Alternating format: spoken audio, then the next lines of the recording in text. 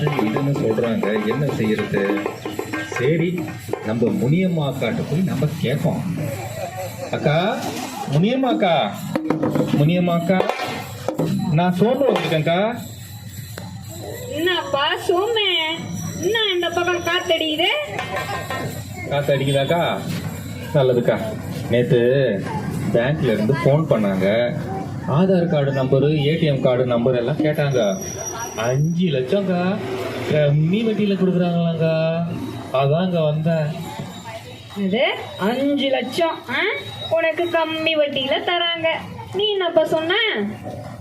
ஆமாக்கா, போன வாரம் என்னுடைய ஆதார் கார்டை உங்ககிட்ட கொடுத்துட்டு போனேன்ல, அதை வாங்கிட்டு போய் ஃபோன் வந்தா அந்த நம்பர்லாம் கேட்குறாங்கல்ல, சொல்ல போகிறேன். ஆதார் நம்பர் எல்லாமே கேட்கறதுலாம் சொல்ல போகிறேன். 5 லட்சம் கொடுப்பாங்கக்கா. 5 லட்சம் அப்பு, 5 லட்சம் உனக்கு அப்பு இல்லப்பு, ஆப்பு தான் கிடைக்க போகுது. இருக்கு பைய பிள்ளையா இருக்கிறியே. இந்த மாதிரி வர போன் கால்லாம் நம்ம ஏமாத்துவாங்க தம்பி, ஏமாத்துவாங்க. நல்லா கவனமா கேட்டுக்கணும், புரியுதா? இத பத்தி தான் எங்க உல்லாஸ்ல சொல்லி கொடுத்துருக்காங்க. அதனாலதான் அக்கா பாரு நல்லா கின்னுன்னு இருக்கேன். உல்லாஸ்லையா சொன்னாங்களா? அக்கா என்னங்க சொன்னாங்க? சொல்றேன் கேளு தம்பி. போன் கால் வந்ததுன்னா முதல்ல உன்கிட்ட இருக்கக்கூடிய ஆவண நம்பர்கள் எல்லாம் கொடுக்க கூடாது.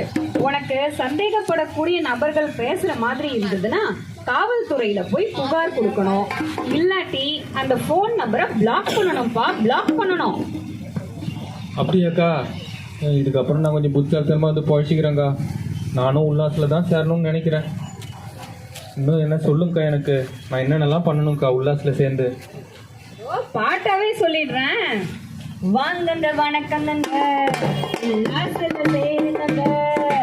வாங்கங்க வணக்கங்க, உல்லாசல சேருங்க.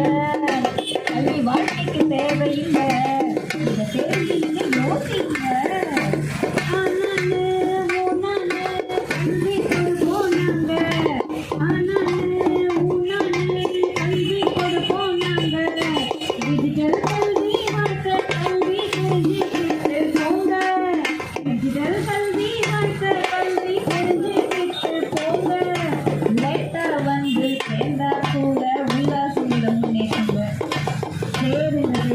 சேருங்க, உல்லாஸ் வந்து சேருங்க.